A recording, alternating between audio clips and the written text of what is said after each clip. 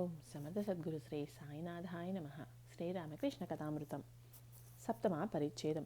దక్షిణేశ్వరంలో రాఖాల్, రామ్, కేదార్, తారక్ మా ప్రభృతులతో శుక్రవారం జూన్ 8, 1883 కాళికాలయంలో పూజ. కాళికాలయంలో సాయంకాలపు హారతి ముగిసింది. శ్రీరామకృష్ణులు జగజ్జనని ప్రతిమ ఎదుట నిలబడి కొన్ని నిమిషాలు చామరం వీచారు. సంధ్యానంతరం కలకత్తా నుండి రామ్, కేదార్, చటర్జీ, తారక్లు శ్రీరామకృష్ణుల కోసం మిఠాయిలు మొదలైనవి తీసుకుని బండిలో వచ్చారు. కేదార్ వయస్సు దాదాపు 50 ఏళ్లు ఉంటాయి. అతడు పరమభక్తుడు. భగవత్ ప్రసంగం వింటూనే అతడి కళ్ళు చెమ్మగిల్లుతాయి. మొదట్లో అతడికి బ్రహ్మ సమాజంతో సంబంధం ఉండేది. తరువాత కర్తాభజ, నవరసిక్ మొదలైన సాంప్రదాయాలలో చేరాడు. చివరికి శ్రీరామకృష్ణుల పాదపద్మాలను ఆశ్రయించాడు.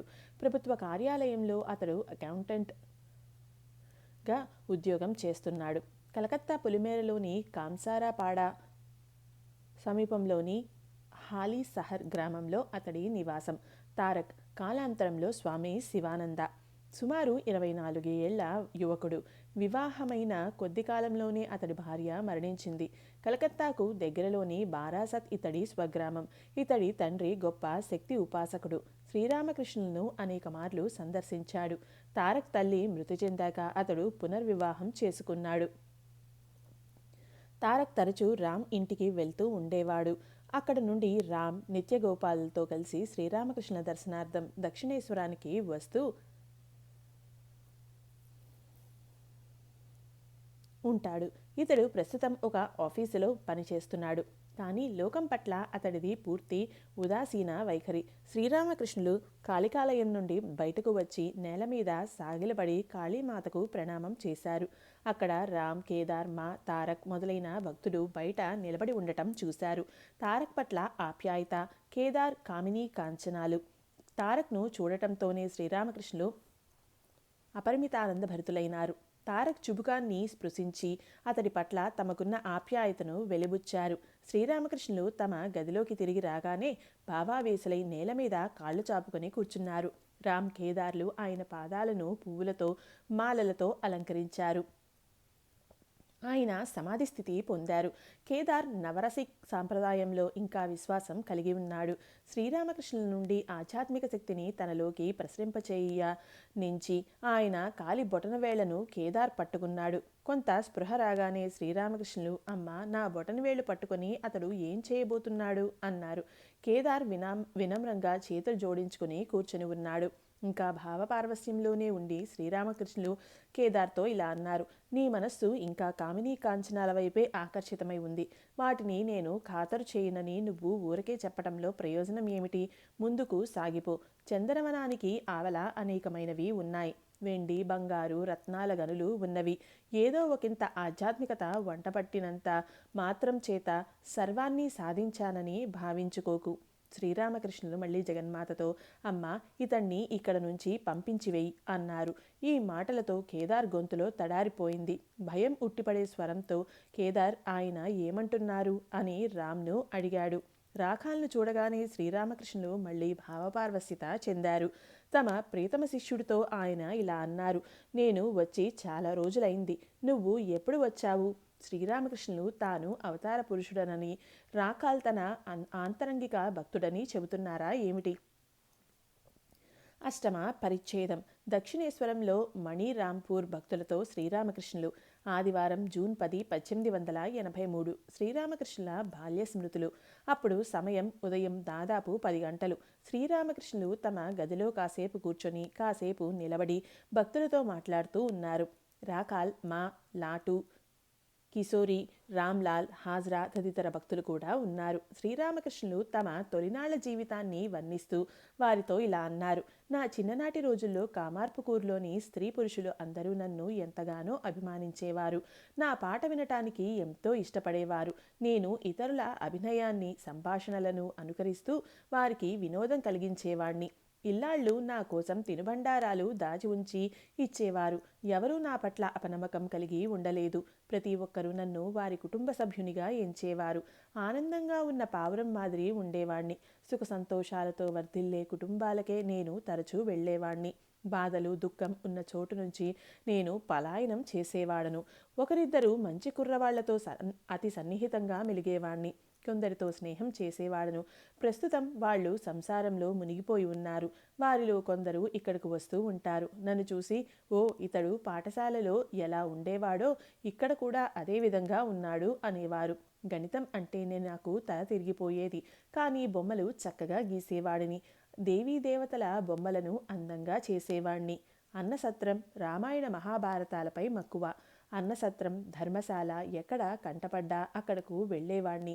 చాలాసేపు అక్కడే నిలబడి సాధువులను చూస్తూ ఉండేవాడను. రామాయణం, భాగవతం పఠించే చోట్లకు పోయి కూర్చుని వినేవాణ్ణి. పఠించే వ్యక్తి అభినయంతో పఠిస్తే దాన్ని ఇతరులకు అట్లే చేసి చూపేవాడను. వారికి ఆ పురాణ కథలను వినిపించేవాడను.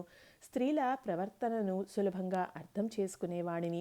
వారు ఎలా సంభాషిస్తారో హావభావాలతో సహా అనుకరించేవాడిని. బాల వితంతువులు తండ్రి పిలిచేటప్పుడు వస్తున్నాను అంటూ సాగదీసి బదులు చెప్పేవారు. ముసలమ్మలు వసారాలో నుంచే ఓ బెస్తవాడా అని పిలుస్తారు. నీతిబాహ్యురాండ్రైన స్త్రీలను సులువుగా గుర్తించేవాడను. భ్రష్టత చెందిన వితంతువులు మధ్యలో పాపిడి తీసుకుంటారు. ఒంటికి నూనె రాచుకోవటంలో ఎంతో శ్రద్ధ వహిస్తారు. వారికి లజ్జ తక్కువగా ఉంటుంది. వారు కూర్చునే పద్ధతే ప్రత్యేకంగా ఉంటుంది. సరే, ఈ లౌకిక మాటలు ఇక చాలు. తర్వాత శ్రీరామకృష్ణులు రామ్లాల్ను పాడమన్నారు.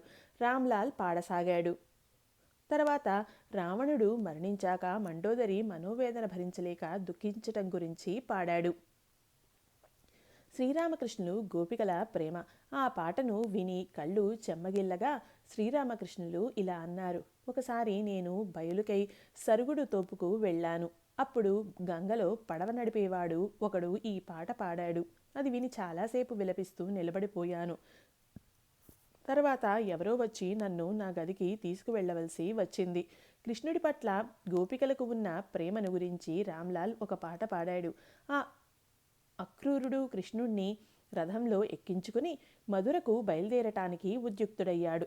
అది చూసి గోపికలు రథచక్రాన్ని వడిసి పట్టుకున్నారు. కొందరు చక్రాల ముందు అడ్డంగా పడుకున్నారు. అక్రూరుడి పట్ల వారు కోపం వహించారు. కృష్ణుడు తన ఇచ్ఛానుసారమే అక్కడకు పోతున్నాడు అన్న సంగతి పాపం వారికి ఎలా తెలుస్తుంది? ఈ సంగతి అక్రూరుడు గోపికలకు వివరిస్తున్నాడు. ఆ శ్రీరామకృష్ణులు భక్తులతో గోపికల ప్రేమ ఎటువంటిదో చూడండి. ఎంతటి ప్రేమ! రాధ కృష్ణుని చిత్రాన్ని గీచింది. కానీ దానిలో కాళ్లను చిత్రించలేదట. కాళ్ళు ఉంటే మధురకు పారిపోతాడన్న భయంతో. బాలుడిగా ఉన్నప్పుడు నేను ఈ పాటలను తరచూ పాడేవాడను. కొన్ని నాటకాలలోని పాటలనన్నింటినీ అట్లే ఒప్పచెప్పేవాణ్ణి. కాళీ యదమన్ నాటక బృందంలో నేను ఉండేవాడినని కొందరు అంటూ ఉంటారు. భక్తుడొకడు నూతన అంగవస్త్రాన్ని కప్పుకొని అక్కడకు వచ్చాడు. రాఖాల్ది పసిపిల్లవాడి స్వభావం. ఒక కత్తెరను తీసుకువచ్చి ఆ వస్త్రంలో వేలాడుతూ ఉన్న దారపోగులను కత్తిరించబోయాడు.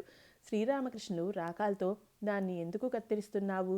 ఉండని, సాలువాకు ఉన్నట్లే బాగానే ఉంది కదా. భక్తుడితో, అవును, దీని ఖరీదు ఎంత? ఆనాడు విదేశీ వస్త్రం ధర తక్కువగా ఉండేది. భక్తుడు, జత ₹1 6 అణాలు. శ్రీరామకృష్ణులు, ఏమంటున్నావు? జత ₹1 6 అణాలా? అంతేనా? కాసేపయ్యాక శ్రీరామకృష్ణులు భక్తుడితో, వెళ్ళి గంగలో స్నానం చేసిరా. మరో భక్తుడితో, ఇతడికి కొంచెం నూనె ఇవ్వు అన్నారు. భక్తుడు స్నానం చేసి వచ్చాడు. శ్రీరామకృష్ణులు అలమరాలో నుంచి ఒక మామిడి పండు తీసుకువచ్చి ఆ భక్తుడికి ఇచ్చారు. ఇతడికి ఈ పండు ఇస్తున్నాను. ఇతడు 3 పాస్ అనగా ఉత్తీర్ణుడు అయ్యాడు.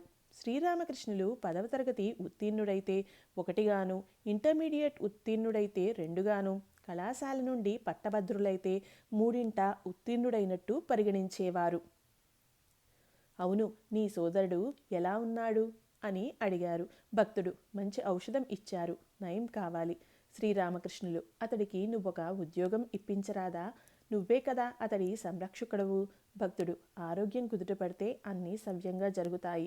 శ్రీరామకృష్ణులు మధ్యాహ్న భోజనానంతరం చిన్న మంచంపై కూర్చొని ఉన్నారు.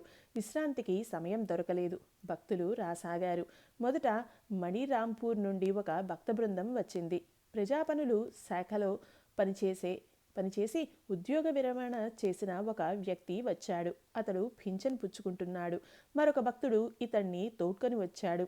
కాసేపయ్యాక బేల్ఘరియా నుండి ఒక భక్త బృందం అరుదించింది. మణి మల్లిక్ ప్రభృతులు వచ్చి చేరారు. మణి రాంపూర్ భక్తులు, మహాశయ, మీ విశ్రాంతికి భంగం కలిగించామేమో.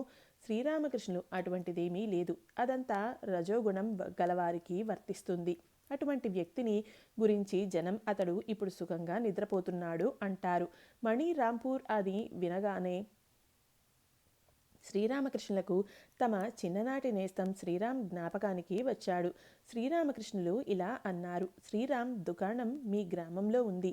కామార్పుకూర్లో అతడు నాతో కలిసి చదువుకున్నాడు. కొన్ని రోజుల క్రితం ఇక్కడకు వచ్చి ఉన్నాడు. మణి రాంపూర్ భక్తులు, భగవత్ సాక్షాత్కారానికి మార్గం ఏమిటి? దయచేసి మాకు తెలపండి. మణి రాంపూర్ భక్తులకు ఉపదేశం, సాధన, భజనలు, వ్యాకులత.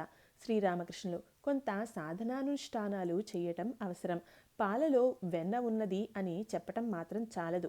పాలను తోడుపెట్టి పెరుగుగా చేసి దాన్ని చిలికి వెన్నను తీయాలి.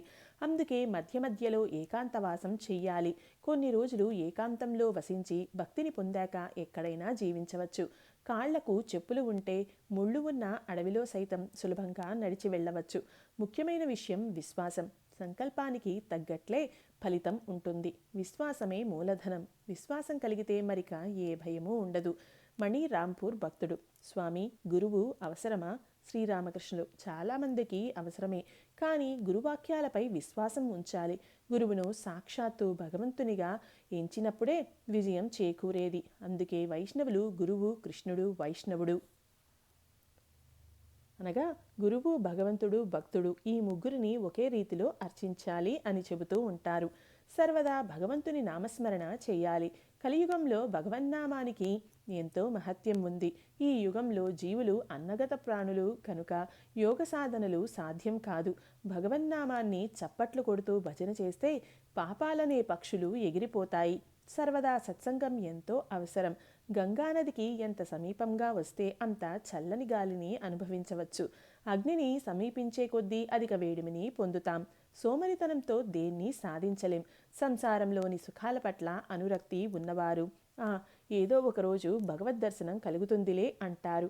కొడుకు మంకుపట్టు పడితే నిర్ణీత కాలానికి 3 సంవత్సరాల ముందే తండ్రి ఆస్తి పంచి ఇచ్చివేస్తాడు అని ఒకసారి కేశవసేన్తో చెప్పాను. తల్లి వంట చేస్తోంది. పసిబిడ్డ పడుకొని ఉంది. తల్లి ఆ బిడ్డ నోట్లో పాలపీక పెట్టి వెళ్ళింది. కానీ బిడ్డ దాన్ని తీసి పారవేసి ఏడవసాగినట్లయితే తల్లి వెంటనే కుండను దించిపెట్టి పరుగున వచ్చి బిడ్డను ఎత్తుకొని పాలు ఇస్తుంది. ఇదంతా నేను కేశవ్కి చెప్పాను. కలియుగంలో ఒక పగలు, ఒక రాత్రి విలపిస్తేనే చాలు భగవద్ దర్శనం అవుతుంది అని చెబుతారు. నిష్ఠూరంగా ఇలా పలుకు. అమ్మా, నువ్వు నన్ను సృష్టించావు. నాకు దర్శనం ఇచ్చే తీరాలి. నువ్వు సంసారంలోనే ఉండు, లేకుంటే మరి ఎక్కడైనా ఉండు. భగవంతుడు మాత్రం మనస్సునే చూస్తాడు. విషయాసక్తమైన మనస్సు చెమ్మగిలిన అగ్గిపుల్ల లాంటిది. ఎంత గీచినా వెలగనే వెలగదు. ఏకలవ్యుడు, ద్రోణుడు మట్టి ప్రతిమను గురువుగా ఎంచి విలువిద్యలో ప్రవీణులు అయినారు. ముందుకు సాగిపో. కట్టెలు కొట్టేవాడు ముందుకు వెళ్ళటం వలననే చందనం చెట్లు, వెండిగని, బంగారుగని మొదలైన వాటిని గాంచగలిగాడు. ఇంకా ముందుకు వెళ్ళి వజ్రాల గనులను చూడగలిగాడు. అజ్ఞానంలో ఉన్నవారు మట్టిగోడలున్న ఇంట్లో వసిస్తూ ఉన్నవారికి సమానం. ఇంట్లోనూ వలసినంత వెలుగు లేదు. వెలుపల ఏ వస్తువును చూడలేరు. జ్ఞానం పొందాక సంసారంలో వసించేవాడు అద్దాల ఇంట్లో వసించే వ్యక్తి లాంటివాడు. ఇంట్లోనూ వెలుగు, వెలుపల వెలుగు. లోపలి వస్తువులను చూడగలడు, వెలుపలి వస్తువులను చూడగలడు. బ్రహ్మం, శక్తి ఒక్కటే. ఉన్నది ఒక్కటే. అనన్యమైంది ఏదీ లేదు. ఆ పరబ్రహ్మం మనలో నేను అన్న భావాన్ని ఉంచినంత వరకు ఆయనే ఆధ్యాశక్తి రూపంలో సృష్టి స్థితిలయాల అన్నింటినీ నిర్వర్తిస్తూ ఉన్నట్లు మనకు చూపిస్తాడు. ఏదైతే బ్రహ్మమో అదే ఆధ్యాశక్తి కూడా. ఒకరోజు ఒక యోగితో తనకు ఒక్క మాటలో జ్ఞానం ప్రసాదించమని అడిగాడు. అందుకు యోగి, సరే, నువ్వు ఒకే మాటలో జ్ఞానం పొందుతావు అన్నాడు. కాసేపటికి రాజు వద్దకు ఒక ఐంద్రజాలకుడు వచ్చాడు. వచ్చిన అతడు 2 వేళ్లు తిప్పుతూ రాజుతో, రాజా, ఇదిగో చూడండి, ఇదిగో చూడండి అన్నాడు. రాజు ఆశ్చర్యంతో చూశాడు. కాసేపట్లో 2 వేళ్ళు 1 వేలుగా మారిపోయింది. ఐంద్రజాలికుడు ఆ 1 వేలును తిప్పుతూ, రాజా, ఇదిగో చూడండి, ఇదిగో చూడండి అన్నాడు. దీని అర్థం బ్రహ్మము, ఆదియాశక్తి మొదట్లో 2గా తోస్తాయి. కానీ బ్రహ్మజ్ఞానం పొందాక 2 ఉండవు. అప్పుడు ఉన్నది ఒక వస్తువే. 2 వేర్వేరు వస్తువులు లేనే లేవు. అభేదం, అద్వైతం. 9వ పరిచ్ఛేదం బేల్గరియా భక్తులతో. బేల్గరియా నుండి గోవింద ముఖోపాధ్యాయ తదితర భక్తులు వచ్చి ఉన్నారు. మునుపు ఒకసారి అతడి ఇంటికి శ్రీరామకృష్ణులు వెళ్ళారు. అప్పుడు ఒక గాయకుడు మేలుకో మాయమ్మ మేలుకో ఓ జనని అన్న పాటను పాడాడు. ఆ పాట విని శ్రీరామకృష్ణులు సమాధి స్థితి పొందారు. గోవిందుడు ఆ గాయకుణ్ణి తోడ్కొని వచ్చాడు. అతన్ని చూసి శ్రీరామకృష్ణులు ఎంతో ఆనందించారు. అతన్ని పాడమని కోరారు. గాయకుడు పాడటం ప్రారంభించాడు. శ్రీరామకృష్ణులు: ఈ పాటలో షట్చక్రాల భేదనం గురించి వర్ణింపబడింది. భగవంతుడు బాహ్యంలోనూ ఉన్నాడు, లోపల ఉన్నాడు. ఆయన లోపల ఉండి మనస్సు యొక్క పలు విధాలైన స్థితులను కల్పిస్తున్నాడు. షట్చక్రాలను భేదించి వెళితే మాయా రాజ్యాన్ని గమించి జీవాత్మ పరమాత్మతో అయిపోతుంది. ఇదే భగవద్ దర్శనం. మాయ ద్వారం నుండి పక్కకు తొలగకుంటే భగవద్ దర్శనం కలగదు. రాముడు, లక్ష్మణుడు, సీత ముగ్గురు వెళ్తూ ఉన్నారు. మొదట రాముడు, మధ్యలో సీత, వెనుక లక్ష్మణుడు. సీత మధ్యలో ఉండటం చేత లక్ష్మణుడు రాముణ్ణి చూడలేకపోయాడు. అదేవిధంగా నడుమ మాయ ఉండటం చేత జీవుడు భగవంతుణ్ణి చూడలేకున్నాడు. మణి మల్లిక్తు. కానీ భగవత్కృప కలిగితే మాయ ద్వారం నుండి తొలగిపోతుంది. యజమాని ఉత్తర్వు చేస్తే కాపలావాడు, ప్రభో, ఇదిగో ఇతడికి ద్వారం తెరుస్తున్నాను అంటాడు. వేదాంత మార్గం, పురాణం మార్గం అని 2 చింతనాధోరణులు ఉన్నాయి. ఈ సంసారం ఒక మాయాభవనం అంటుంది వేదాంతం. అంటే ఈ జగత్తు అసత్యం, స్వప్నం లాంటిది అంటుంది అది. కానీ పురాణాలు, భక్తి శాస్త్రాలు భగవంతుడే 24 తత్వాలుగా అయి ఉన్నాడని చెబుతాయి. ఆయనను బాహ్యంలోనూ అంతరంగంలోనూ ఆరాధించు. నేను అనే భావనను భగవంతుడు మనలో ఉంచినంత వరకు అన్నీ ఉంటాయి. అప్పుడు జగత్తు స్వప్నం లాంటిది అని చెప్పజాలం. కింద మంట మండుతూ ఉన్నందునే కుండలో బియ్యం, పప్పు, బంగాళదుంపలు గెంతుతున్నాయి. నేను ఉన్నాను, నేను గెంతుతున్నాను అని చెబుతూ ఉన్నట్లు అవి గెంతుతున్నాయి. దేహమే కుండ, మనస్సు, బుద్ధి నీరు. దేహమే కుండ, మనస్సు, బుద్ధి నీరు. ఇంద్రియ విషయాలే బియ్యం, పప్పు, బంగాళదుంపలు మొదలైనవి. నేను అనే చైతన్యం ఇంద్రియాలతో తాదాత్మ్యం చెంది నేను గెంతుతున్నాను అంటూ గెంతుతున్నది. సచ్చిదానందమే మంట. భక్తి శాస్త్రాలు ఈ సంసారాన్ని ఒక ఆనంద సౌధంగా పేర్కొంటాయి. రామ్ ప్రసాద్ ఒక పాటలో ఈ సంసారాన్ని ఒక మాయాభవనం అంటాడు. దానికి జవాబు ఇచ్చే రీతిలో మరొకరు సంసారం ఆనంద సౌధంగా పేర్కొన్నాడు. కాళీభక్తుడు జీవన్ముక్తుడు, సర్వదా ఆనందమయుడు. భగవంతుడే మాయగా అయి ఉన్నట్లు భక్తుడు కాంచుతాడు. అయితే జీవజగత్తులుగా అయి ఉన్నాడు. భగవంతుడు మాయ, జీవజగత్తులు సమస్తాన్ని భక్తుడు ఒకటిగానే దర్శిస్తున్నాడు. కొందరు భక్తులు సమస్తాన్ని రామమయంగా దర్శిస్తారు. రాముడే సర్వము అయి ఉన్నాడని వారు అంటారు. మరికొందరు సర్వాన్ని రాధాకృష్ణమయంగా దర్శిస్తారు. కృష్ణుడే 24 తత్వాలుగా విరాజిల్లుతున్నాడు అంటారు వారు. ఆకుపచ్చ కళ్ళద్దాలు ధరిస్తే అంతా ఆకుపచ్చగానే కనిపిస్తుంది. కానీ భగవంతుడి శక్తి అభివ్యక్తీకరణలో తేడాలు ఉండటం భక్తి మార్గం ఒప్పుకుంటుంది. రాముడే సమస్తము అయి ఉన్నాడు. కానీ కొన్ని చోట్ల ఆయన శక్తి అధికంగాను, మరికొన్ని చోట్ల తక్కువగాను అభివ్యక్తం అవుతోంది. అవతార పురుషులలో ఒక విధమైన అభివ్యక్తీకరణ, సామాన్య జీవనంలో మరో రకమైన అభివ్యక్తీకరణ కానవస్తోంది. అవతార పురుషులకు దేహబుద్ధి ఉంటుంది. మాయ కారణంగా వారు దేహాన్ని ధరిస్తున్నారు. సీత కోసం రాముడు విలపించాడు. పిల్లలు దాగుడు మూతలు ఆడేటట్లు అవతార పురుషులు కావాలనే తమ ఇచ్ఛానుసారం తమ కళ్లకు గంతలు కట్టివేసుకుంటున్నారు. కానీ తల్లి పిలిస్తే వెంటనే ఆట ఆగిపోతుంది. కానీ జీవుల స్థితి వేరు. కళ్లకు గంతలుగా కట్టిన అదే గుడ్డ వీపుపైన 8 మేకులతో కట్టివేయబడి ఉంది. ఆ 8 మేకులే అష్టపాశాలు. అవి లజ్జ, ద్వేషం, భయం, అభిజాత్యం, శోకం, కులం, శీలం, గోప్యం. గురువు సహాయం లేకుండా ఇవి విడివడవు. దశమ పరిచ్ఛేదం. వ్యాకులతతో ప్రార్థన, నిజమైన భక్తుని లక్షణాలు.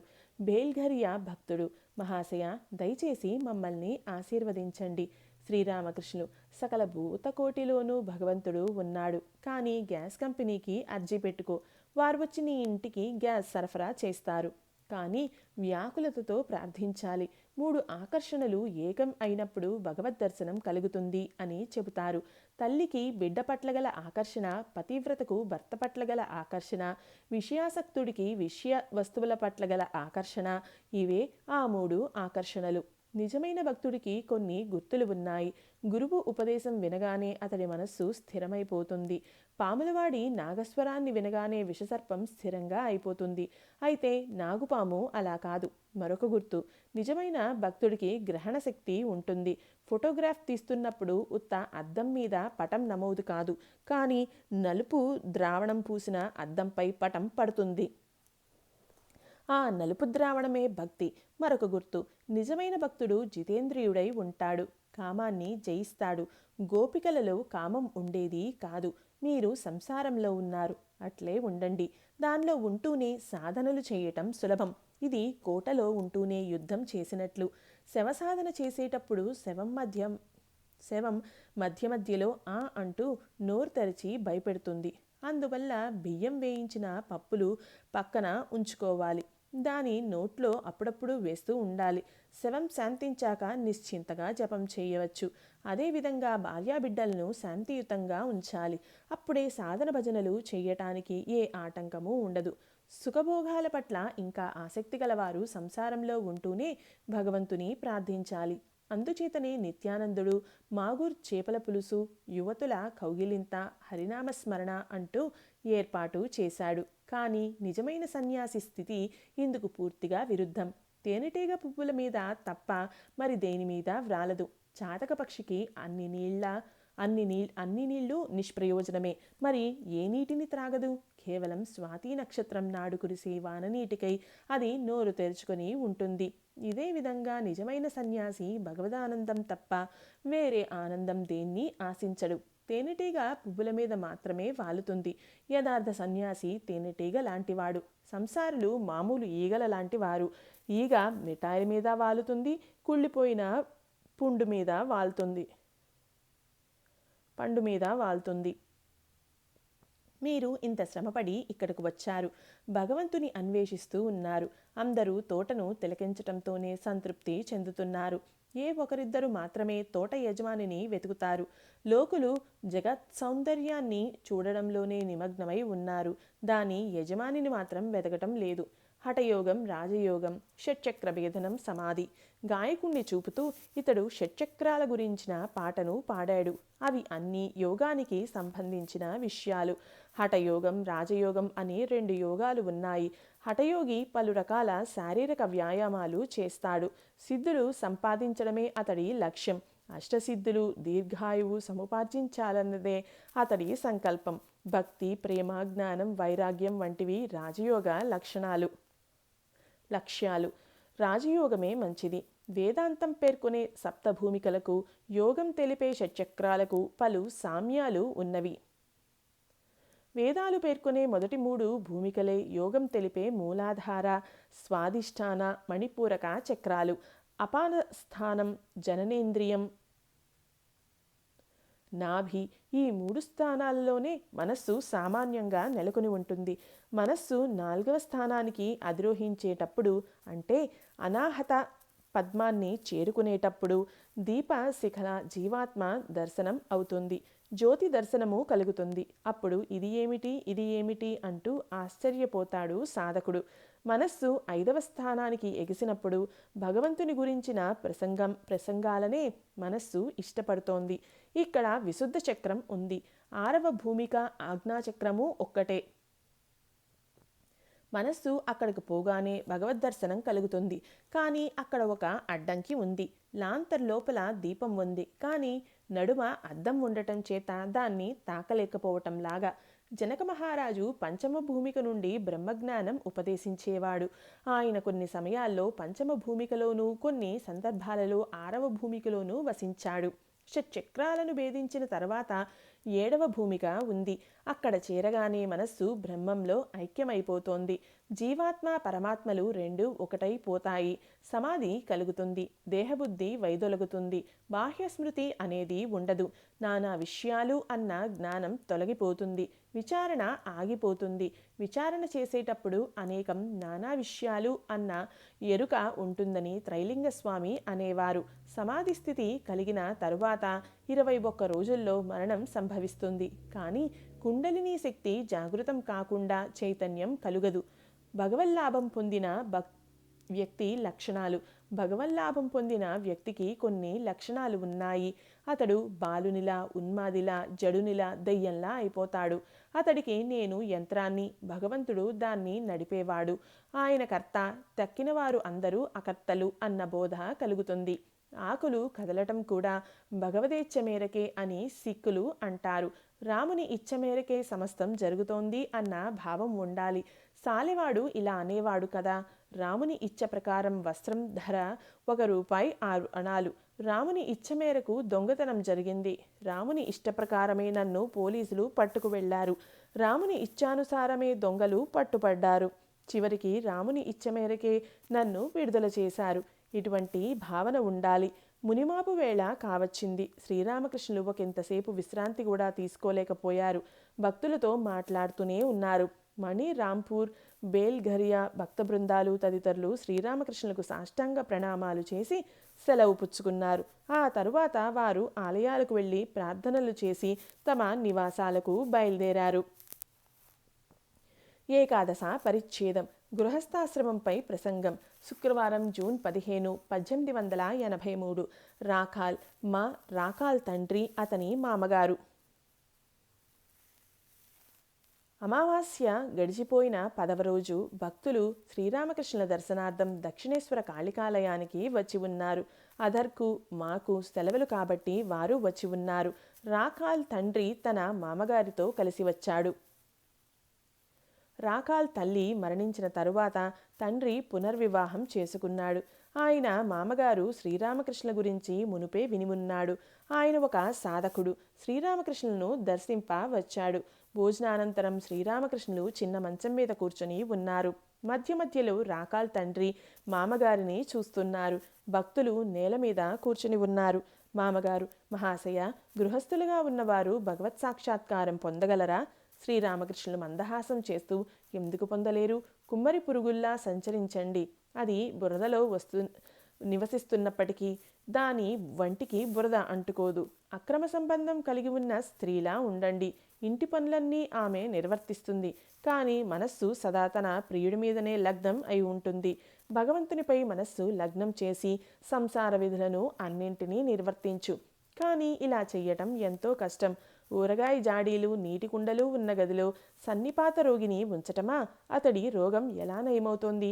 ఊరగాయ ఆలోచన మనస్సులోకి రాగానే నోరు ఊరుతుందే అని ఒక సందర్భంలో నేను బ్రహ్మ సమాజస్థులతో చెప్పాను. ఇక్కడ పురుషులకు ఊరగాయ అంటే స్త్రీలే. విషయ తృష్ణ మనిషికి సర్వదా ఉండనే ఉంది. ఈ తృష్ణయే నీటి కుండలు. ఈ తృష్ణకు అంతం అంటూ ఉండదు. నేను ఒక కుండెడు నీరు త్రాగుతాను అంటూ మంకుపట్టు పట్టాడంటే పరిస్థితి విషమిస్తుంది. సంసారంలో ఎన్నో జంజాటాలు ఉన్నాయి. ఈ వైపుకు పోతే పారతో దెబ్బలు తింటావు, ఆ వైపుకు పోతే చీపురు కట్టతో దెబ్బలు తింటావు, మరోవైపుకు పోతే చెప్పు దెబ్బలు. ఇకపోతే ఏకాంతవాసం లేనట్లయితే భగవచ్చింతన సాధ్యపడదు. స్వర్ణకారుడు బంగారం కరిగించి నగలు చేస్తూ ఉంటాడు. ఆ పనిలో నిమగ్నుడై ఉన్నప్పుడు అతన్ని పదే పదే పిలిస్తే అతడు బంగారాన్ని ఎలా కరిగిస్తాడు? బియ్యం నుండి పొట్టు తీయాలి అంటే ఒంటరిగా కూర్చొని ఆ ధాన్యాన్ని దంపాలి. మధ్య మధ్యన బియ్యాన్ని చేతపుచ్చుకొని పొట్టు ఊడిపోయిందా లేదా అని చూడాలి. ధాన్యం దంపుతూ ఉన్నప్పుడు మాటిమాటికి అతన్ని పిలుస్తూ ఉంటే పని ఎలా సాగుతుంది? తీవ్ర వైరాగ్యం. గంగాప్రసాద్ సేన్ వద్ద వైద్యం. ఒక భక్తుడు: మహాశయ, మరి ఇందుకు తరుణోపాయం ఉందా? శ్రీరామకృష్ణులు: తరుణోపాయం ఉంది. తీవ్ర వైరాగ్యం కలిగినట్లయితే లక్ష్యం సిద్ధిస్తుంది. ఏదైతే మిథ్యగా గోచరిస్తుందో దాని లక్షణమే త్యజించి వెయ్యి. ఒక సందర్భంలో నేను తీవ్రంగా అస్వస్థుడనై ఉన్నప్పుడు గంగాప్రసాద్ సేన్ వద్దకు నన్ను తీసుకుని వెళ్లారు. గంగాప్రసాద్ నాతో ఔషధం పుచ్చుకోవాలి, కానీ నీళ్లు మాత్రం త్రాగకూడదు, కావాలంటే దానిమ్మ పండు రసం తాగవచ్చు అని చెప్పాడు. అందరూ ఈయన నీళ్లు తాగకుండా ఎలా ఉండగలరు అని అనుకోసాగారు. కానీ నేను నీళ్లు తాగకూడదు అని దృఢంగా నిశ్చయించుకున్నాను. నేను పరమహంసను, ఒట్టిహంసను కాను, రాజహంసను కదా, పాలనే తాగుతాను అనుకున్నాను. కొంతకాలం ఏకాంతవాసం చెయ్యాలి. దాగుడుమూతల ఆటలో తల్లిని తాకితే ఆ తరువాత భయం లేదు. బంగారంగా అయిపోతే తదనంతరం ఎక్కడైనా వసించవచ్చు. ఏకాంతవాసం చేస్తూ భక్తిని పొందగలిగితే, భగవల్లాభం పొందగలిగితే సంసారంలోనూ ఉండవచ్చు రాకాల్ తండ్రితో. అందుచేతనే యువకులను ఇక్కడ బస చేయమని చెబుతాను. ఇక్కడ కొంతకాలం నివసిస్తే భగవంతుని పట్ల వారికి భక్తి ఏర్పడుతుంది. ఆ తరువాత వారు నిశ్చింతగా సంసారంలో జీవించవచ్చు. పాపం పుణ్యం సంసార వ్యాధికి మహౌషధం సన్యాసం. ఒక భక్తుడు సర్వానికి భగవంతుడే కర్త అయిన పక్షంలో మంచి చెడులు పాపపుణ్యాలు గూర్చి మాట్లాడటం ఎందుకు? పాపం చేయడం కూడా ఆయన ఇచ్చ వల్లనే కదా. మామగారు, భగవంతుని ఇచ్చను మనం ఎలా తెలుసుకోగలం?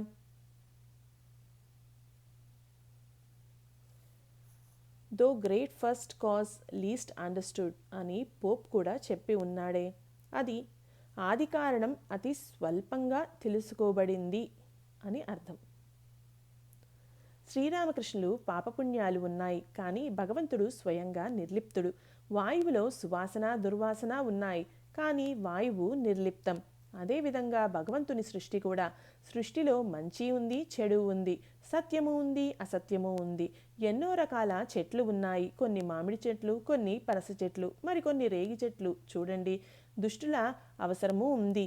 జమీలో ఒక ప్రాంతంలో ప్రతిఘటించిన కౌలుదారులను నియంత్రించడానికి భూస్వామి దుష్టులను పంపాల్సి వస్తోంది. సంభాషణ మళ్ళీ గృహస్థాశ్రమ జీవితం వైపు మళ్ళింది. శ్రీరామకృష్ణుల భక్తులతో విషయం ఏమిటో తెలుసా? సంసారంలో మునిగి ఉంటే మనోశక్తి వృధాగా వ్యయమైపోతుంది. ఈ విధంగా శక్తి వ్యయం అవటం వల్ల మనస్సుకు ఏర్పడే నష్టాన్ని సన్యాసం స్వీకరించి భర్తీ చేసుకోవచ్చు. తండ్రి మొదట జన్మనిస్తున్నాడు. ఉపనయనమప్పుడు రెండవ జన్మ లభిస్తుంది. సన్యాసం స్వీకరించినప్పుడు మరో జన్మ దక్కుతుంది. కామిని కాంచనాలు, ఇవి రెండే అడ్డంకులు. స్త్రీ పట్ల గల అనురక్తి మనిషిని భగవన్మార్గం నుండి విముఖుణ్ణి చేస్తుంది. తను ఎలా పతనం అయిపోతాడో మనిషికి తెలియనైనా తెలియదు. కలకత్తాలోని కోటకు వెళ్తూ ఉన్నప్పుడు బండి ఏటవాలు మార్గాన పోతూ ఉన్నట్లు కాస్త కూడా తెలియలేదు. లోపలికి వెళ్ళిన తర్వాత ఎంతో కిందికి వచ్చి ఉన్నాం అన్న సంగతి తెలిసింది. ఆహా, స్త్రీ పురుషులను కనీసం తెలుసుకోనివ్వరు. నా భార్య తెలివైనది అంటాడు కెప్టెన్. దెయ్యం పట్టిన వ్యక్తికి తనను దెయ్యం పట్టిందన్న సంగతి కూడా తెలియదు. నేను బాగానే ఉన్నాను అంటాడు. అందరూ మౌనంగా వింటూ ఉన్నారు. సంసారంలో భయపడవలసింది ఒక్క కామానికే కాదు, క్రోధం కూడా ఉంది. కోరికలను తీర్చుకోవడానికి అడ్డంకులు ఏర్పడితే క్రోధం కలుగుతుంది. నేను భోజనం చేస్తూ ఉన్నప్పుడు ఒక పిల్లి మెల్లగా వచ్చి చేప ముక్కను తీసుకో ప్రయత్నిస్తుంది. నేను దాన్ని వారించను. శ్రీరామకృష్ణులు, ఎందుకు? ఒకసారి ఒక దెబ్బవై, దానిలో తప్పు ఏముంది? సంసారులు బుసకొట్టాలి, అయితే విషం చిమ్మటం మంచిది కాదు. ఎవరికీ హాని కలిగించకూడదు. పగవారి నుంచి రక్షణకై కోపం ప్రదర్శించాలి, లేకుంటే వారు హాని చేస్తారు. కానీ సన్యాసికి బుసకొట్టాల్సిన అవసరం కూడా లేదు. ఒక భక్తుడు సంసారంలో ఉంటూ భగవంతుణ్ణి ప్రాప్తించుకోవటం చాలా కష్టంగా తోస్తోంది. అలా ప్రాప్తించుకున్నవారు ఎందరూ ఉన్నారు. అలాంటి వారు ఎక్కడా తారసపడరే. శ్రీరామకృష్ణులు, ఎందుకు ప్రాప్తించుకోలేవు? కామార్పుకూరులో ఒకరు ఉన్నట్లు విని ఉన్నాను. అతడు ఒక డెప్యూటీ మ్యాజిస్ట్రేట్. సజ్జనుడి పేరు ప్రతాప్ సింగ్. దానధర్మం, ధ్యానం, భక్తి వంటి సుగుణాలు కలవాడు. నన్ను ఒకసారి అతడు ఆహ్వానించి ఉన్నాడు. అటువంటి వ్యక్తులు ఉండనే ఉన్నారు. ద్వాదశ పరిచ్ఛేదం. సాధన ప్రయోజనం. గురువాక్యంపై విశ్వాసం. వ్యాసుని విశ్వాసం. సాధన చేయవలసిన అవసరం ఎంతైనా ఉంది. సాధన చేస్తే ఎందుకు సాధ్యం కాదు? దృఢ విశ్వాసం కనుక ఏర్పడినట్లయితే మరి అంతగా శ్రమించాల్సిన అవసరం లేదు. గురూపదేశాల పట్ల విశ్వాసం ఉంచాలి. వ్యాస మహర్షి ఒక సందర్భంలో యమునా నదిని దాటవలసి వచ్చింది. అప్పుడు గోపికలు అక్కడకు వచ్చారు. వారు నదిని దాటవలసి ఉంది. కానీ పడవ ఏదీ అందుబాటులో లేదు. అందుచేత గోపికలు వ్యాసమహర్షితో, స్వామి ఇప్పుడు ఏం చెయ్యాలి అని సలహా అడిగారు. అందుకు వ్యాసుడు గోపికలతో, మిమ్మల్ని నేను ఆ వైపుకు తోడ్కొని వెళ్తాను. కానీ నాకు ఎంతో ఆకలిగా ఉంది. తినటానికి ఏదైనా ఉందా అని అడిగాడు. గోపికల వద్ద పాలు, పెరుగు, వెన్నెలు ఉన్నవి. వ్యాసుడు వాటిని తిన్నాడు. తర్వాత గోపికలు ఆయనతో, స్వామి నదిని దాటే విషయం ఏమైంది అని అడిగారు. వెంటనే వ్యాసుడు యమునా తీరంలో నిలబడి, హే యమునాదేవి, నేను ఈరోజు ఉపవాసం ఉండి ఉండటం నిజమైతే మాకు దారి ఇవ్వు. మేమంతా ఆ దారి గుండా అవతలి ఒడ్డుకు పోతాం అని అన్నాడు. వ్యాసుడు ఇలా అని అనగానే మరుక్షణమే యమునా నది 2 పాయలుగా విడిపోయింది. గోపికలు సంభ్రమంతో అవాక్కులైనారు. ఇదెక్కడ వింత? మన ముందే కదా ఈయన కడుపారా తిన్నది. అయినా ఈరోజు నేను ఉపవాసం ఉన్న పక్షంలో అని అన్నారు అంటూ అచ్చరు పొందారు. దృఢ విశ్వాసం అంటే ఇదే. తిన్నది నేను కాదు, హృదయ మధ్యంలో నెలకొని ఉన్న నారాయణుడే తిన్నది అన్న దృఢ విశ్వాసం. శంకరాచార్యులు బ్రహ్మజ్ఞాని. కానీ మొదట్లో ఆయనకు భేదభావం ఉండేది. అంత విశ్వాసం లేదు. ఒక సందర్భంలో ఆయన గంగలో స్నానం చేసి వస్తూ ఉన్నాడు. ఒక చండాలుడు తలపై మాంసాన్ని మోసుకుంటూ ఎదురుగా వచ్చాడు. ఆ చండాలుడి శరీరం శంకరుల దేహాన్ని స్పృశించింది. అందుకు ఆయన బిగ్గరగా, ఒరేయ్, నువ్వు నన్ను ముట్టుకున్నావే అన్నారు. అందుకు ఆ చండాలుడు, స్వామి మీరు నన్ను తాకలేదు, నేను మిమ్మల్ని తాకలేదు. శుద్ధ ఆత్మ శరీరం కాదు, పంచభూతాలు కాదు, చతుర్వింశతి తత్వాలు కాదు అన్నాడు. అప్పుడు శంకరులకు బోధ కలిగింది. జడభరతుడు రహుగణుడనే రాజు పల్లకిని మోస్తూ ఆత్మజ్ఞానం గురించి మాట్లాడాడు. వెంటనే రాజు పల్లకి దిగి, అయ్యా తమరెవరు అని అడిగాడు. అందుకు జడభరతుడు, నేను నేతి, ఇది కాదు, ఇది కాదు, నేను శుద్ధ ఆత్మను అని బదులు ఇచ్చాడు. నేను శుద్ధ ఆత్మను అని భరతునికి పరిపూర్ణ విశ్వాసం ఉండినది. యోగతత్వం, జ్ఞానయోగం, భక్తియోగం. సోహం, నేనే ఆ పరబ్రహ్మని, నేనే శుద్ధ ఆత్మను. ఇది జ్ఞానుల మతం. భక్తులు ఇవన్నీ భగవంతుని ఐశ్వర్యాలు అంటారు. సంపద లేకుంటే ఎలా ఒక సంపన్నుణ్ణి గుర్తించగలం? సాధకుడి భక్తిని చూచి భగవంతుడే ఆ సాధకునితో, నేను ఏదో అదే నువ్వు అని చెబితే అప్పుడు సంగతే వేరు. రాజు సింహాసనంలో ఆసీనుడై ఉన్నప్పుడు వంటవాడు అక్కడకు వచ్చి సముచిత ఆసనంలో కూర్చొని, రాజా నువ్వు ఏదో నేను కూడా అదే అని చెబితే లోకం అతన్ని పిచ్చివాడు అంటుంది. కానీ వంటవాడి సేవలతో సంతుష్టుడై రాజు స్వయంగా ఒకరోజు అతడితో, ఒరేయ్, నువ్వు నా పక్కన వచ్చి కూర్చో, అందులో తప్పేమీ లేదు, నువ్వు ఏదో నేను కూడా అదే అని అన్నాడు అనుకోండి. అప్పుడు వంటవాడు రాజు పక్కన వచ్చి కూర్చోవటంలో తప్పులేదు.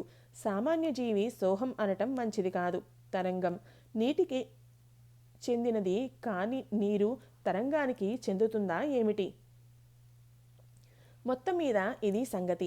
ఏ మార్గాన్ని అవలంబించినా సరే మనస్సు స్థిరపడకుంటే యోగం కుదరదు. మనస్సు యోగి వశంలో ఉంటుంది, కానీ మనస్సు వశంలో యోగి ఉండడు. మనస్సు స్థిరపడితే వాయువు అనగా ప్రాణం స్థిరమవుతుంది, కుంభకం సిద్ధిస్తుంది. భక్తి యోగం ద్వారా కూడా కుంభకం సిద్ధిస్తుంది. భక్తితో వాయువు స్థిరమైపోతుంది. గాయకుడు నితాయ్ ఆమర్ మాతా హాతి, నితాయ్ ఆమర్ మాతా హాతి అనగా నా నితాయ్ పిచ్చి పట్టిన ఏనుగులా నృత్యం చేస్తాడు అని పాడుతూ ఉన్నప్పుడు భావపారవస్య స్థితి కలిగితే అన్ని పదాలను ఉచ్చరించలేకపోవటం జరుగుతుంది. హాతి హాతి అని మాత్రమే వస్తుంది. ఆ తర్వాత హా అని మాత్రమే ఉచ్చరించగలుగుతాడు. పారవస్య స్థితిలో వాయువు స్థిరమవుతుంది, కుంభకం సిద్ధిస్తుంది. ఒక వ్యక్తి నేలను ఊడుస్తూ ఉన్నాడనుకోండి. ఆ సమయంలో అక్కడకు ఎవరైనా పరిగెత్తుకుంటూ వచ్చి ఫలానా వ్యక్తి మరణించాడు అన్న కబురు చెప్పాడనుకోండి. మరణించిన వ్యక్తికి అతడికి ఆత్మీయుడు కానట్లయితే ఊడుస్తూ ఉన్న వ్యక్తి పనిని కొనసాగిస్తాడు. కానీ మధ్య మధ్యలో అయ్యో పాపం అతడు చనిపోయాడా, చాలా మంచివాడు అంటూ ఉంటాడు. మరో వంక నేలను ఊడవటమూ జరుగుతూ ఉంటుంది. కానీ చనిపోయిన వ్యక్తి ఆత్మీయుడు అయిన పక్షంలో వార్త వినగానే చీపురు అప్రయత్నంగా చేతుల నుంచి జారి కింద పడిపోతుంది. అయ్యో అంటూ కూలబడిపోతాడు. అప్పుడు వాయువు స్థిరమవుతుంది. ఇక ఏ పని అతడు చేయలేడు, యోచించను లేడు. స్త్రీలలో చూడలేదా, ఒక ఆమె దేన్నో చూసో వినో సంభ్రమంతో అవాక్కైపోతే ఇతర స్త్రీలు ఆమెను ఏమిటి పరవశంలో మునిగిపోయావా అని అడుగుతారు. ఇక్కడ వాయువు స్థిరమవుతుంది. అందుచేతనే ఆమె నోరు తెరుచుకొని ఉంటుంది గాని మాటా పలుకు ఉండదు. జ్ఞాని లక్షణాలు నిత్యసిద్ధులు, సాధనా సిద్ధులు. సోహం సోహం అని నోటితో ఉచ్చరించినంత మాత్రాన ఏమీ జరగదు. జ్ఞానులకు కొన్ని లక్షణాలు ఉన్నాయి. నరేంద్రునివి విప్పారుతూ ముందుకు వచ్చిన నేత్రాలు ఒక భక్తుణ్ణి చూపుతూ, ఇదిగో ఈతడికి కూడా నుదురు కళ్ళ లక్షణాలు బాగా ఉన్నాయి. అందరూ ఒకే విధమైన స్థితిలో ఉండరు. జీవులను బద్ధజీవులు, ముముక్ష జీవులు, ముక్తజీవులు, నిత్యజీవులు అని 4 రకాలుగా వర్గీకరించవచ్చు. అందరూ సాధన చేయవలసిందే అన్న నియమం ఏమీ లేదు. నిత్యసిద్ధులని, సాధన సిద్ధులని 2 రకాల వారు ఉన్నారు. కొందరు పలు సాధనలు వనరించి భగవంతుని పొందుతారు. ప్రహ్లాదుని వంటి కొందరు జన్మతః సిద్ధులై ఉన్నారు. హోమపక్షి ఆకాశంలో వసిస్తుంది. అది పెట్టే గుడ్డు కింద పడిపోతుంది. అలా కింద పడుతూ ఉన్నప్పుడే గుడ్డు పొదగబడి పక్షిపిల్ల బయటకు వస్తుంది. అది కింద పడిపోనారంభిస్తుంది. ఇవన్నీ ఆకాశంలో అత్యంత ఎత్తులో జరుగుతాయి. పక్షిపిల్ల భూమికేసి వచ్చే కొద్దీ దానికి రెక్కలు మెలుస్తాయి. అది కళ్ళు తెరిచి చూస్తుంది. భూమి మీద పడితే చిన్నాభిన్నమైపోతాను అని గ్రహించి అది వెంటనే తల్లి పక్షి ఉన్న చోటుకేసి తిరిగి అమ్మా ఎక్కడా అంటూ వెతుకుతూ వేగంగా పైకి ఎగిరిపోతుంది. ప్రహ్లాదుడు మొదలైన నిత్యసిద్ధులు సాధనల తర్వాత చేస్తారు. కానీ సాధనలకు మునిపే వారికి భగవల్లాభం కలుగుతుంది. గుమ్మడి, సొర వంటివి ముందు పిందెలు వేసి పిదప పుష్పిస్తాయి. అలా అన్నమాట. రాకాల్ తండ్రితో నిత్యసిద్ధుడు నిమ్న కులంలో జన్మించినా అతడు నిత్యసిద్ధుడుగానే ఉంటాడు. వేరేలా అయిపోడు. చిక్కుడు గింజ పేడకొప్పులో పడినప్పటికీ అది చిక్కుడు తీగగానే మొలకెత్తుతుంది. శక్తి తారతమ్యం, పాండిత్యం. భగవంతుడు కొందరికి అధిక శక్తిని, కొందరికి తక్కువ శక్తిని ప్రసాదించి ఉన్నాడు. ఒకచోట చిరుదీపం మసగ్గా వెలుగుతుంది, మరొక చోట ఒక దివిటి వెలుగుతుంది. విద్యాసాగర్ ఒక మాట నుండే అతడి మేధస్సు గరిష్ట పరిమితిని నేను తెలుసుకున్నాను. భగవంతుడి శక్తి అభివ్యక్తీకరణలలో తారతమ్యాలు ఉన్నవని చెప్పటంతో అతడు, మహాశయ, అలా అయితే భగవంతుడు కొందరికి అధిక శక్తిని, కొందరికి తక్కువ శక్తిని ప్రసాదించాడా అని అడిగాడు. అందుకు నేను, అవును, నిశ్చయంగా. అలా శక్తిలో హెచ్చుతగ్గులు లేకుంటే మీ పేరు ఇంత సుప్రసిద్ధం కావటానికి కారణం ఏమిటి? మీ పాండిత్యం, మీ కరుణలను గురించి విని కదా మిమ్మల్ని చూడ మేము వచ్చింది. మీకు 2 కొమ్ములైతే మొలవలేదు కదా అని చెప్పాను. విద్యాసాగర్ ఎంత తెలివితేటలు ఉన్నవాడు, ఎంత పేరు ప్రఖ్యాతలు గాంచాడు. అయినప్పటికీ భగవంతుడు ఏమిటి కొందరికి అధికంగాను కొందరికి తక్కువగాను శక్తిని ఇవ్వడమేమిటి అని పిల్ల తరహాగా ప్రశ్నించాడు. విషయం ఏమిటో తెలుసా? వలలో మొదట పెద్ద చేపలే చిక్కుకుంటాయి. తర్వాత బెస్తవాడు కాలితో బురదను కలియబెడతాడు. అప్పుడు చిన్న చేపలు పైకి లేచి వస్తాయి. అవి చూస్తుండగానే పట్టుబడిపోతాయి. భగవంతుణ్ణి తెలుసుకోకుంటే లోపల చిన్న చిరుచేపలు అనగా కోర్కెలు మెల్లమెల్లగా బయటకు వస్తాయి. కేవలం పండితుడైనంత మాత్రాన ఏం ప్రయోజనం? త్రయోదశ పరిచ్ఛేదం. దక్షిణేశ్వరంలో తాంత్రిక భక్తునితో. ఆదివారం జూన్ 17, 1883 మధ్యాహ్నం సమయం. దక్షిణేశ్వర కాళికాలయంలోని శ్రీరామకృష్ణుల గది. శ్రీరామకృష్ణులు మధ్యాహ్న భోజనానంతరం ఒకంతసేపు విశ్రమించారు. అధర్, మా మొదలైన వారు వచ్చి ప్రణామాలు చేశారు. ఒక తాంత్రిక భక్తుడు కూడా వచ్చి కూర్చున్నాడు. రాకాల్, రామ్లాల్, హాజ్రా ప్రవృత్తులు ప్రస్తుతం శ్రీరామకృష్ణుల వద్దనే ఉంటున్నారు. శ్రీరామకృష్ణులు భక్తులతో సంసార జీవితంలో ఉన్నప్పుడు భగవదనుభూతి ఎందుకు లభించదు? కానీ అది బహుదుర్లభం అనటం నిస్సంశయం. జనకుడు మొదలైన వారు జ్ఞానం పొందిన తర్వాత సంసారంలో అడుగిడారు. అయినప్పటికీ భయం ఉండనే ఉన్నది. ఫలాపేక్ష లేకుండా జీవించే సంసారి కూడా భయపడవలసి ఉంది. జనకుడు ఒక భైరవిని చూసినప్పుడు తల కిందకి దించుకున్నాడు. స్త్రీని చూడ సంకోచించాడు. అది చూసిన భైరవి, జనక, నీకు ఇంకా జ్ఞానం సిద్ధించలేదనే తోస్తున్నది. స్త్రీ పురుష భేదభావం నీలో ఇంకా నెలకొనే ఉందే అన్నది. బొగ్గు నిల్వ చేసిన గదిలోకి వెళ్ళినప్పుడు ఎంత జాగ్రత్తగా ఉన్నప్పటికీ కాస్త మరక పడకుండా ఉండదు. గృహస్థ భక్తులు పట్టు వస్త్రాలు ధరించి పూజ చేసేటప్పుడు భక్తి పారవస్యంలో ఉండటం చూస్తున్నాను. తర్వాత భోజనం పుట్టంత వరకు అదే స్థితిని చూడవచ్చు. ఆ తర్వాత పాతకదే రజోగుణం తమోగుణం నిండిన సహజ స్థితికి వచ్చేస్తారు. సత్వగుణం భక్తిని కలిగిస్తుంది. కానీ భక్తిలోనూ సత్వభక్తి, రజోభక్తి, తమోభక్తి అని 3 రకాలు ఉన్నాయి. సత్వభక్తి శుద్ధ సత్వం అవుతుంది. ఈ భక్తి జనిస్తే భగవంతుని తప్ప మరి దేనివైపు మనస్సు పోదు. ఈ భక్తులు దేహరక్షణకైన కనీస శ్రద్ధనే దానిపై కనపరుస్తారు. పరమహంసలు త్రిగుణాతీతులు. కర్మ ఫలాలకు పాపపుణ్యాలకు అతీతులు. పరమహంసలు ఈ 3 గుణాలకు అతీతులు. వారిలో ఈ 3 గుణాలు ఉన్నవి కానీ లేవు. వారు పిల్లల వలె ఏ గుణాల వశంలోనూ ఉండరు. ఈ పరమహంసలు చిన్నబాలుర స్వభావాన్ని పొందే నిమిత్తం వారిని తమ సామీప్యంలోకి రావటానికి అనుమతిస్తారు. పరమహంస దేనిని సంచయం చేసుకోడు. ఈ నియమం సంసారులకు వర్తించదు. వారు తమ కుటుంబానికై వస్తు సంచయం చేసే తీరాలి. తాంత్రిక భక్తుడు పరమహంసలకు పాపపుణ్యాల ఎరుక ఉంటుందా? శ్రీరామకృష్ణులు ఈ ప్రశ్ననే కేశవ్ ఒకసారి అడిగాడు. అందుకు ఇంకా నేను చెబితే నీ సమాజం గిమాజం అంటూ ఏది నిలువబోదు అన్నాను. అది వినగానే అతడు, మహాశయ, అలా అయితే మీరు ఏమీ చెప్పవద్దులేండి అన్నాడు. పాపం పుణ్యం అంటే ఏమిటో తెలుసా? సద్బుద్ధిని ఇచ్చేది ఆయనే, దుర్బుద్ధినిచ్చేది కూడా ఆయనే అని పరమహంస గాంచుతాడు. చేదు పళ్ళు తీపి పళ్ళు ఉన్నాయి కదా. కొన్ని చెట్లకు తీపి పళ్ళు, కొన్ని చెట్లకు చేదు పళ్ళు, కొన్ని చెట్లకు పులుపు పళ్ళు కాయటం లేదా? భగవంతుడే తీపి పళ్ళు కాచే మామిడి చెట్టును సృష్టించాడు. అదేవిధంగా పులుపు పళ్ళనిచ్చే రేగి చెట్టును సృజించాడు. తాంత్రిక భక్తుడు, అవునండి, కొండపైన గులాబీ తోటను చూస్తాం. కంటికి కనిపించే మేరకు గులాబీ తోటయే. శ్రీరామకృష్ణులు, సత్యం అసత్యం, మంచి చెడు, పాపం పుణ్యం ఇవన్నీ భగవంతుడి మాయ యొక్క ఐశ్వర్యాలుగా పరమహంస దర్శిస్తాడు. కానీ ఇది అత్యున్నత స్థితి. ఆ స్థితిలో సమాజాలు సమావేశాలు నిర్వహించడం జరుగని పని. కర్మఫలం పాపం పుణ్యం. తాంత్రిక భక్తుడు, కానీ కర్మ సిద్ధాంతం ఉందే? శ్రీరామకృష్ణులు, అవును ఉంది.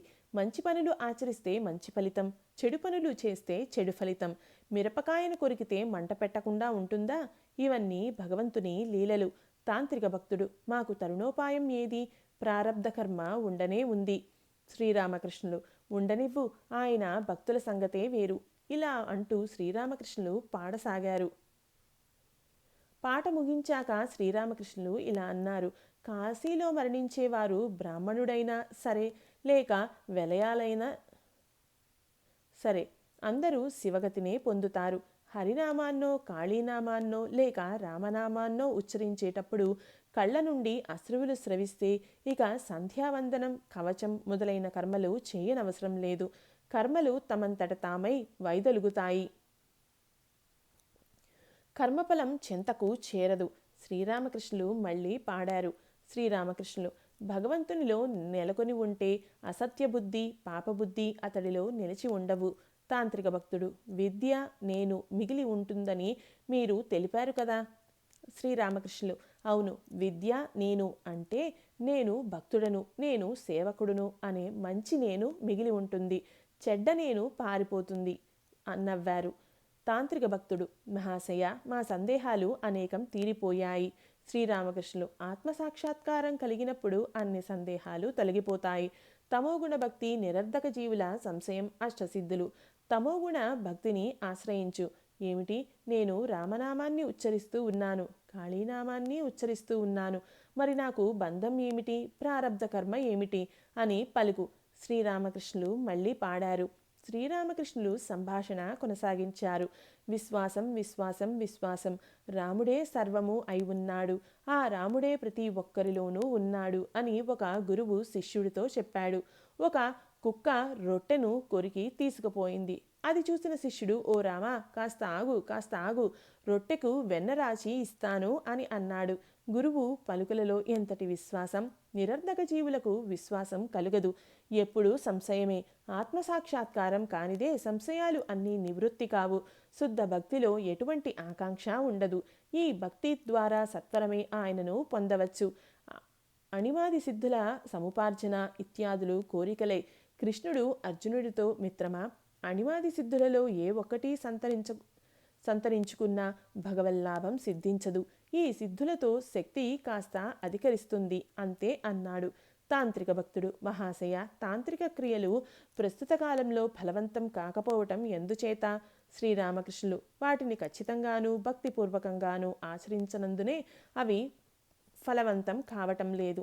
శ్రీరామకృష్ణులు సంభాషణ ముగిస్తూ ఇలా అన్నారు: భక్తియే సారం. నిజమైన భక్తుడికి ఎటువంటి భయం, కలవరపాటు ఉండదు. జగజ్జనని సమస్తం ఎరుగును. పిల్లి ఎలుకను ఒక పద్ధతిలో నోటకరచి పట్టుకుంటుంది, కానీ తన కూనను మరో విధంగా నోటకరచి పట్టుకుంటుంది. ఇది 11వ అధ్యాయం సంపూర్ణం. ఓం సమర్థ సద్గురు శ్రీ సాయినాథాయ నమః.